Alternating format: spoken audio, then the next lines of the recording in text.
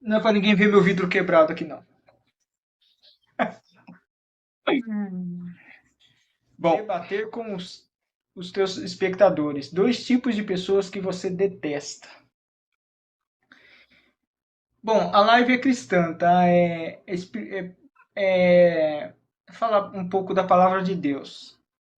Mas eu achei interessante essa pergunta, porque bate bem mesmo com o tema do que a gente vai conversar um pouco hoje. E eu peço a interação de vocês, o compartilhamento, curtida, comentário, presentes, o que vocês quiserem fazer por mim aí. Bom, sejam todos bem-vindos, bem-vindas, bem-vindos, bem-vindas. Que a paz de Deus, a paz do Senhor esteja com todos.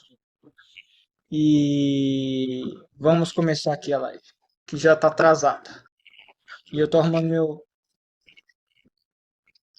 meu bagulhete aqui, que eu quero conversar com vocês sem preocupação, né? Se cair, vai fazer um barulhão aí. Quem tiver de fone vai ter que ouvir. Bom,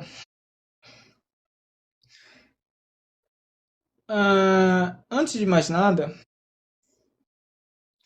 eu queria puxar uma reflexão aqui rápida com vocês.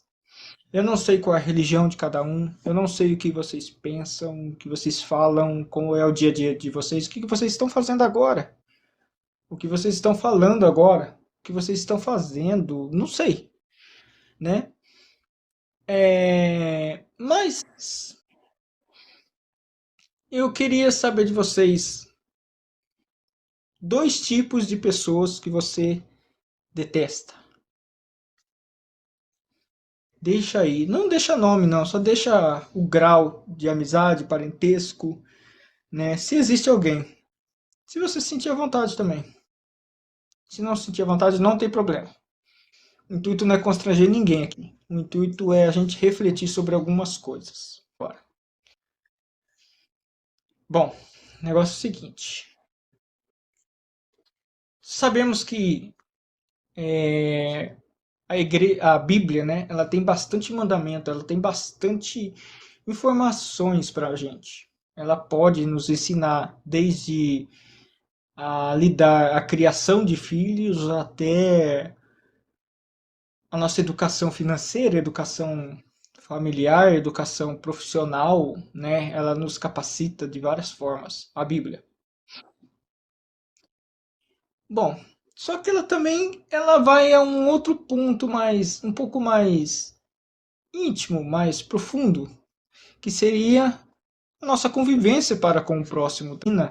Ela nos ensina como lidar com os nossos inimigos, né? Podemos ver lá em Mateus 25, né? Ela fala sobre um pouco também sobre o amor ao próximo. Pense em dois tipos de pessoas que você detesta aí. Pensou? Pensou, né? Você deve detestar alguém assim que você não suporta muito ouvir a voz dessa pessoa, que você não suporta ouvir o nome dessa pessoa. Às vezes ela não te fez nada. Ela não é teu inimigo, tua inimiga, mas é uma pessoa que você não se dá bem, você não suporta ela. Por algum motivo você não se sente bem perto dela. E aí você fala, e agora? Chega um momento em que a Bíblia fala que eu devo amar os meus inimigos, que eu não posso me agradar de quando ele cai ou ela cai, ou ele tropeça ou ela tropeça, porque se tropeçar e eu sorrir, eu zombar, Deus poderá não gostar tanto, né? Pode não gostar do que eu fiz.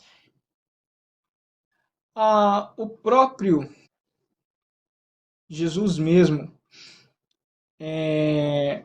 para quem já ouviu falar, que teve um momento que Pedro, quando Jesus estava sendo preso, Pedro foi lá e cortou a orelha de um dos guardas e Jesus foi lá e ainda fez um último milagre que seria recolocar essa orelha novamente, um reimplante dessa orelha. E aí a gente fala, poxa, mas Jesus sabia que estava sendo preso e foi lá e ainda fez um ato desse, para você ver quanto de amor Jesus era. Ele transbordava. O quanto Jesus transbordava do amor genuíno, sem interesse, sem nada. E poderia muito bem dizer, né? Ah, tô sendo preso, deixa esse daí sem orelha mesmo. Em um último instante de seus últimos suspiros, Jesus, ainda na cruz, exerceu seu amor, rogando ao Pai para que perdoasse a todos aqueles que estavam fazendo aquilo com ele, porque eles não sabiam o que estavam fazendo. Quantas vezes nós temos dito algo semelhante ou temos agido de forma semelhante a alguém que nos fez mal? Muitas das vezes nós fazemos o contrário, não é? Nós até desejamos até mal a outra pessoa. Ah, se Deus pudesse fazer isso por essa pessoa, talvez ela aprenderia uma lição. Se eu pudesse fazer isso, eu faria. Crie em mim um coração puro e santo, ó Deus. E será que não é esse o pedido que devemos ter? Ao invés de desejar o mal, desejar uma vingança contra aquela pessoa de alguma forma, nem que seja divina? Agora vamos para o outro lado da moeda. E quanto às pessoas as quais conhecemos e que não temos nada contra? O quanto temos sido feitos obras de Deus ali neles? Servido de. Então, exercer o amor ao próximo, o serviço e o amor ao próximo. Quantas vezes você tem exercido o amor ao seu próximo? A gente falou um pouquinho sobre a pessoa que não te faz bem. Uma pessoa que não te faz bem, que você não se sente bem com ela. Certo? Certo. Mas e quem? A quem não faz bem e não faz mal? Uma pessoa que eu não tenho pensamentos negativos, não tenho raiva no coração, não tenho nada contra ela. Um parente, um amigo, um vizinho. Uma... Quantas vezes eu me dispus a ajudá-lo? A ser útil na vida dele, a ser um presente na vida dessa pessoa. Quantas vezes eu procurei fazer isso? Ser útil, né? Olha aqui o que Mateus 25:35 fala. Mateus 25:35. Pois eu tive fome, e vocês me deram de comer. Tive sede, e vocês me deram de beber. Fui estrangeiro, e vocês me acolheram. Necessitei de roupas, e vocês me vestiram. Estive enfermo, e vocês cuidaram de mim. Estive preso, e vocês me visitaram. É complicado, né? São atitudes, ações que não fazemos a qualquer pessoa, né? Aqui Jesus está falando não especificamente dele, somente dele, porque aqui é em relação ao julgamento das nações. Então começa assim, ó, quando o Filho do Homem vier, ó, então o rei dirá aos que estiverem à sua direita: venham benditos de meu Pai, recebam como herança o reino que lhes foi preparado desde a fundação do mundo. Pois aí entra aqui, ó, pois tive fome e vocês me deram de beber, de comer. E aí vai, seguindo o versículo 35 que eu citei agora há pouco. Eu voltei um pouquinho atrás para a gente tentar entender um pouquinho onde ele quis chegar. Vamos para o 36 para ver se a gente consegue chegar numa resposta. Se era realmente dele que ele estava dizendo. Jesus estava falando somente dele, que quando ele teve fome, deram de comer, deram de beber, deram de vestir. Quando ele esteve preso, visitaram. Lembrando que quando Jesus esteve preso, a Bíblia não narra nenhuma visita, né? Então, do que ele estava falando? 36. Necessitei de roupas e vocês me vestiram. 37. Então os justos lhes responderam: Senhor, quando te vimos com fome e te demos de comer, ou sede e te demos de beber? Nem eles estavam entendendo. Eles falaram: Poxa, mas peraí. Jesus não estava nem nunca teve preso, ou seja, a inteligência humana ela é um pouco limitada para algumas coisas, em questão de velocidade, RAM, vamos dizer assim, né? Ela demora um pouquinho para entender algumas parábolas, algumas coisas. Ele vai buscar sempre coisas lógicas.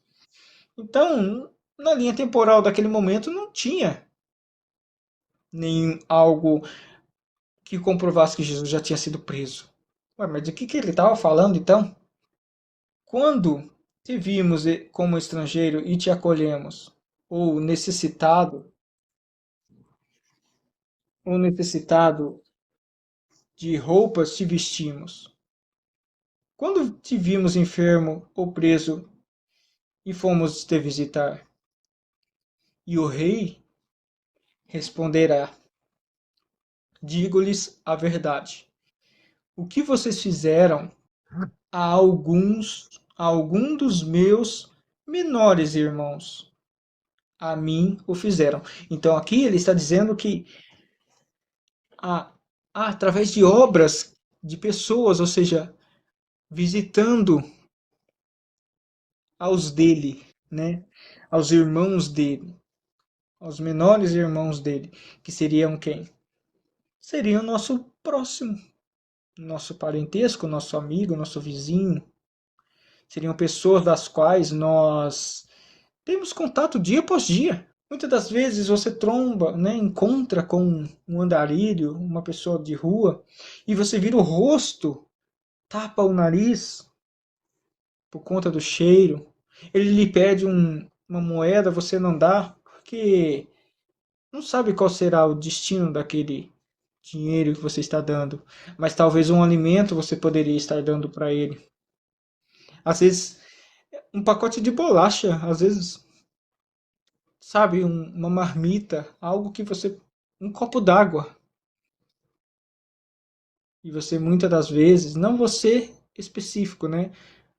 Nós, seres humanos, às vezes acabamos fingindo que não estamos vendo e viramos as costas e fomos embora. E depois vamos à igreja, adoramos a Deus, achamos que a melhor oferta, a melhor voz entonada num louvor, a melhor pregação, porque eu sou profeta. Eu não queria pôr o dedo na ferida aqui, mas existe uma pessoa mirim aí, está pregando, cobra R$ 3.000 ou até mais, estadia no hotel para poder fazer uma pregação, uma revelação numa igreja. E aí eu pergunto, o quanto de obra ao próximo ele tem feito? Será que essa lição que Jesus tem passado aqui, de que vestiram quando teve fome, deram de comer, de sede, deram de beber, frio, necessidade, deram de vestir, preso e foram visitá-lo? Que se isso já ficou claro que ele estava dizendo do próximo, será que realmente essas pessoas que estão faturando nas igrejas ofertas milionárias, ricas, né? E se tornando milionários dessas ofertas, desses louvores que eles vão cantar nas igrejas, será que realmente eles estão fazendo alguma obra para Deus? Eu não tenho nada a ver com isso. Mas tirar de uma igreja uma oferta suada, às vezes de uma senhorinha que está pegando da sua própria. Tirando às vezes da sua própria aposentadoria, será que é justo eu solicitar uma oferta naquela igreja?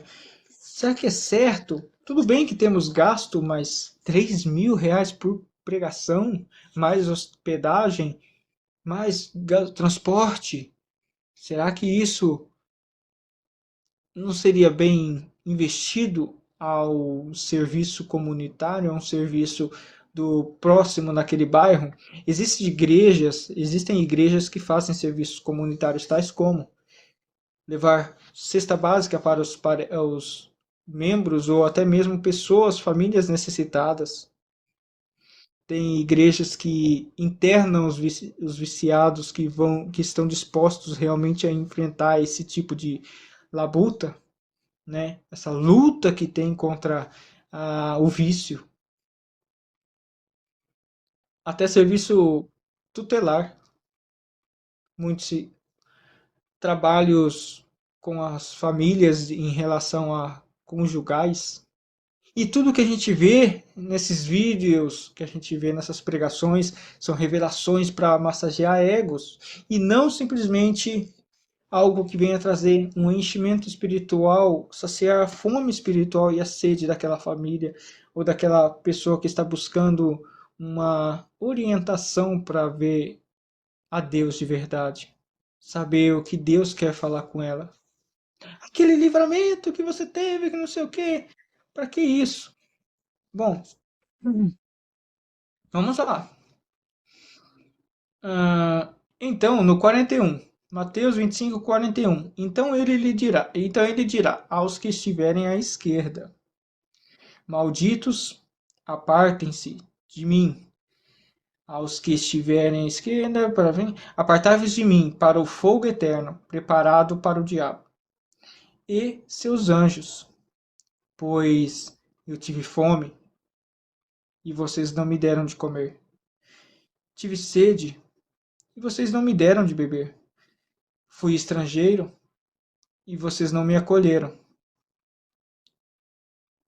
Necessitei de roupas e vocês não me vestiram. Estive enfermo e preso e vocês não me visitaram. 44. Eles também responderão: Senhor. Não vou citar nomes aqui, senão vão falar, tá acusando o cara. Não. Então vamos para os falsos profetas que hão de surgir, ou para as pessoas que usam o nome de Deus para faturar milhares de dinheiro, tá? E que você não vê essência nenhuma do Espírito Santo naquele templo, naquela pregação. Eis diz isso aqui, ó. 44. Eles também responderão. O pessoal que está à esquerda no julgamento das nações, né? Senhor, quando te vimos com fome e com sede, ou estrangeiro, ou necessitado de roupas, ou enfermo, preso, e não te ajudamos? Ou seja, nunca viram então? Cadê o próximo? Né? E ele responderá: Digo-lhes a verdade. O que vocês deixaram de fazer a alguns destes mais pequeninos, também a mim deixaram de fazê-lo. E eles irão para o castigo eterno, mas com os justos para a vida eterna.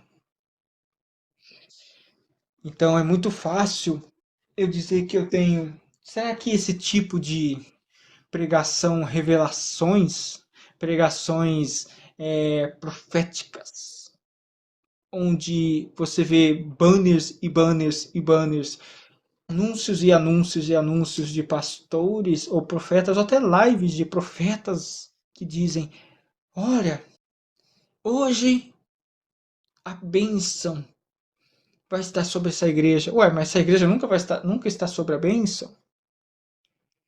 Hoje o pastor fulano de tal estará aqui. Hoje o profeta Beltrano de tal estará aqui, né? E será que a presença de Deus está sobre aquela pessoa? Será que Deus está recebendo tudo isso? Se vocês quiserem entrar e debater, sendo educados, eu aceito qualquer ideia, tá bom? A Bíblia fala, Jesus fala: Vinde a mim, todos que estáis cansados e oprimidos, e eu vos aliviarei. Mas isso não é especificamente a qualquer lugar, é na presença de Deus.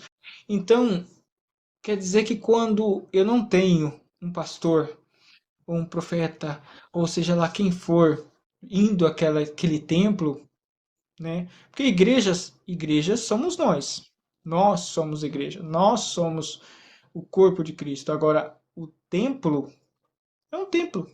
Então, naquele templo é onde eu vou me reabastecer espiritualmente, exercer a minha fé, exercer o meu amor a Cristo, me reabastecer para ir ao mundo mostrar tudo aquilo que Deus tem para ele e tem me dado, tem me mostrado. Isso convém a bênçãos? Não somente a bênçãos, mas também bênçãos físicas, mas também a salvação. Devemos ir aos cultos buscar a salvação. Devemos ir aos cultos buscar o amor e a misericórdia de Deus.